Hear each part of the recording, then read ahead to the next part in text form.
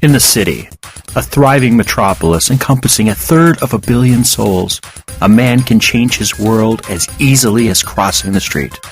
It is a place of a million cultures, the world in microcosm. For some, it is their last hope for survival. For others, it is their playground. And for others yet, it is their hunting ground. Isaac Sarason is a talented hacker, a doctor of applied network theory, trusted employee of British Telecom-Sprint. He lived in a world which 90% of his fellow citizens can only imagine. And he has a problem. His health is failing. His job is on the line. His world is crumbling around him. He wants out. And the street is his only escape. What happens when the life you dreamed of is killing you? What do you do when you find yourself hijacked? Colbyjack.net is proud to present Firmware, Hijacked, written and performed by R.L. Ferguson.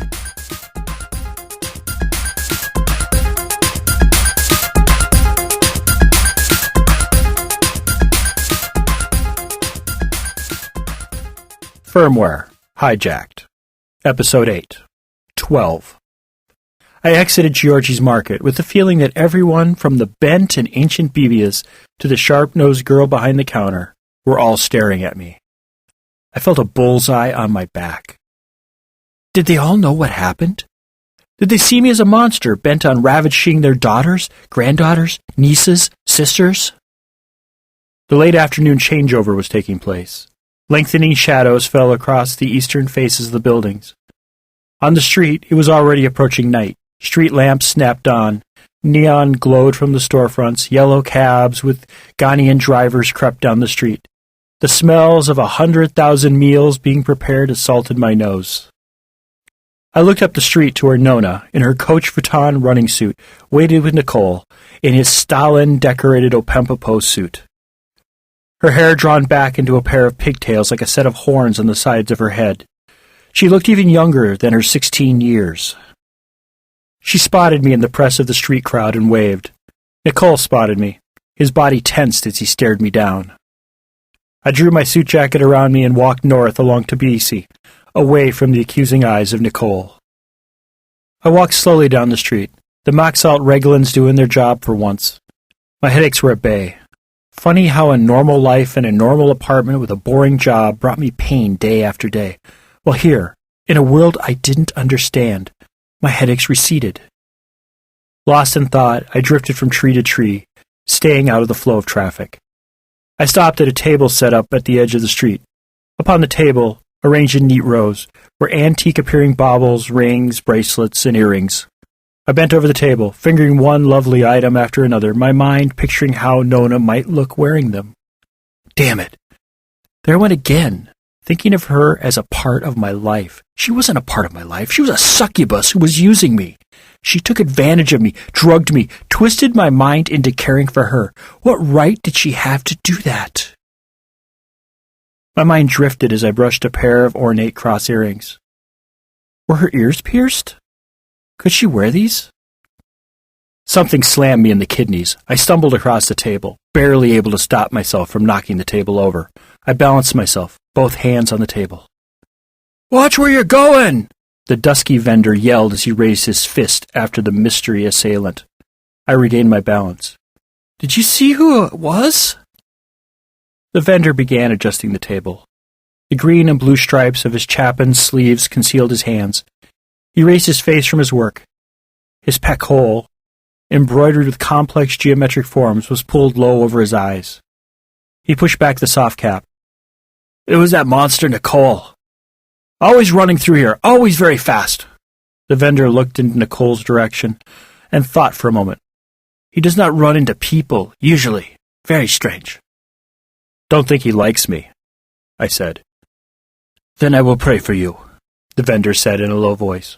"He runs with a rough crowd. It is as the prophet, peace be upon him, said, 'The company of a bad friend is like a blacksmith's bellow.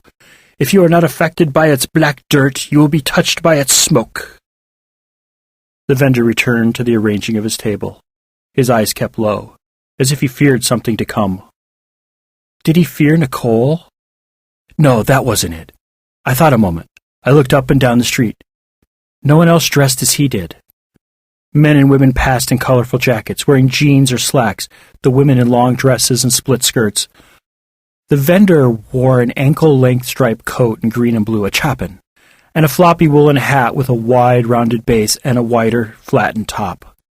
He quoted the prophet and asked for the blessing on him. This vendor was as much an outsider here as I. "Thank you," I said. "I am Ishmael." The vendor stopped adjusting his product and stared at me. "Then I know why Nicole struck you. Your name has been a whispered curse today. I have heard your name on the lips of old women, decrepit men, and violent runners. Is there any truth to their claims?" I dropped my eyes to the table. The vendor's hands cradled a box of gold rings. What could I say? Word traveled ahead of me, poisoning the minds of all I met. "You have me at a disadvantage. You know me, but I know nothing of you, other than what is obvious." The vendor tapped his box of rings idly, then smiled. "I am Masood. There are many tales men tell about me as well. Most of them, most, mind you, are not true. When I heard your name this morning, I thought, there is a man whose reputation will exceed the truth." This morning? People were talking about me this morning? "Yes, sir. Talking about seeing you with that runner girl Nona, how you were a bad man from uptown with a taste for young flesh. Bebia Chacoma stood right over there." Masood pointed to a doorway bordered by interlocking crosses. "The old crone stood right over there and complained to Baby Nino and Babu Ledo about how much losing Nona would cost her." "When was this?" I asked, staring at the door. The curtain moved in a second-floor window, and I caught sight of a wrinkled old woman in a heavy black dress, her head covered by a lace scarf. I pointed to the window. "Is that her? The crone in the window?" Masood nodded yes. He didn't even bother to look up. He sorted through the box of gold bands, weighing each band in his fingers before rejecting it. "It was lunchtime. They went down to Ivanova's over on Sheridan. They always go on Fridays. Good fish on Fridays." "Tell me about her. How many girls does she watch over?" Masood toyed with 5 rings, testing their weight, watching the milling crowd. I stepped back as 3 teenage girls in furred short coats tried on Masood's wares. Someone smacked me in the back of the head. I turned in time to see Nicole disappearing into the evening crowd. He was on his way back to the corner he shared with Nona. I needed to deal with him sooner rather than later. I circled Masood's table and waited as a stream of customers came and went. I returned to examine his goods. I liked a pair of ornate silver Russian angelic seraph earrings. Masood adjusted his goods, placing out new stock to replace the old. "Baby at Chacomia knew about Nona and I around noon?" I thought about the position of the sun, where it had to be for it to pass into my apartment. Interesting. I didn't know about it until around 1. Very interesting. Masood raised an eyebrow. "You didn't know what was happening? You had a girl in your room and didn't know about it? That's crazy." I felt a hand brush against my back. I turned in time to see Nona wave to me with a sheepish smile. I waved back. My eyes caught a glint of gold in her earlobes. She did have pierced ears. "I was drinking with Leo last night, until dawn. 2 bottles of wine, vodka, all on top of 2 max salt Reglans for my migraines. Leo helped me back to Georgie's, sent Nona along to help me find my room. I was just shy of blind drunk. Then Nona dosed me with Relaxa." I examined the seraph earrings closely, watched how they caught the streetlights on the multitude of wings. "How much are these?" Masood looked shocked. Obviously my version of the events wasn't the story circulating on the street. 10 jewels. They must really want something from you. You thinking of running?" I paid Masood for the earrings. "I don't think so. I can't explain it, but I feel responsible and angry at the same time." Masood packed the earrings in a small box that bore the stamp of Sony Praxis. I knew that box. It was the standard packaging used for memory chips. "You wouldn't get far. There are eyes on the street watching you. I see at least 3 members of the Lumadiza family hovering around you." I looked up and down the street. but among the press of the late afternoon traffic, I couldn't tell who was shopping and who was stalking me. As someone not involved, what do you think I should do? You have fallen among bad men, but you are not of them. You need to do what is right for the ones you care about. Masood lowered his eyes to his hands. I followed his gaze. Upon his upturned hands he held 2 gold bands etched in such a way as to appear made of circuits, which turned upon themselves in complex Celtic knots. My mind drifted over the final words Nona said to me before she left for work. I asked her what she thought I should do. She had answered, Leo wants you to make it right. I didn't understand then, but staring at the rings on Masood's palms, I knew what I had to do. I pointed to the rings. How much for the pair? Masood smiled and dropped them in a Tycho Mercator earwig box. As I will not be able to attend the festivities, for obvious reasons, let these be my present to the bride and groom. I told him he didn't have to. He insisted. I thanked him profusely and started walking toward the Red Square. As I drifted among the denizens of my new neighborhood, I thought back to the last thing Masood had said to me. As a great man once said, you may not realize it when it happens, but a kick in the teeth may be the best thing in the world for you. I asked him which prophet had said that. He smiled and said, Walt Disney. 13. Night was full upon the city. Foot traffic filled Tbilisi Avenue. I stood across from the Red Square, watching women in maids' uniforms exit the Red Star bus, their backs bent from their work in Park Terrace, the alley, or even the Willows. I watched their faces. Exhaustion pulled all life from their features.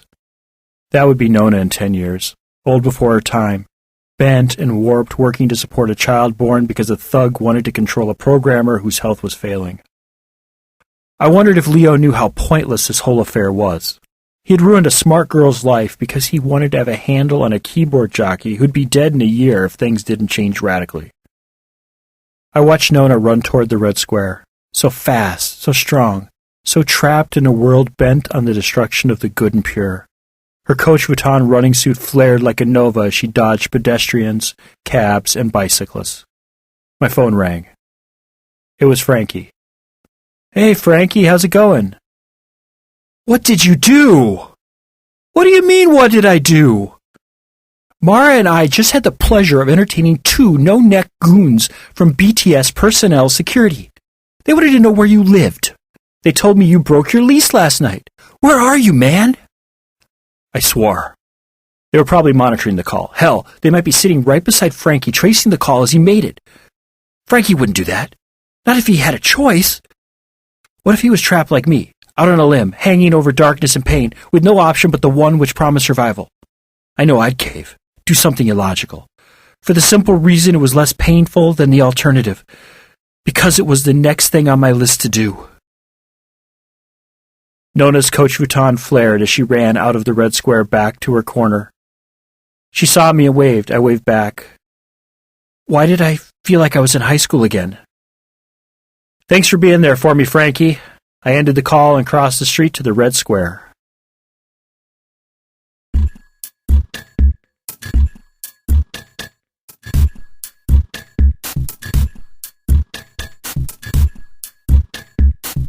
This work is released under Creative Commons Attribution, Non-Commercial, Share-alike license. Do what you want with it. Remix it, re-record it, transcribe it, share it. Just don't sell it or change the terms of the license. Your creation must be released under an Attribution, Non-Commercial, Share-alike license. Thank you for listening and have a nice day.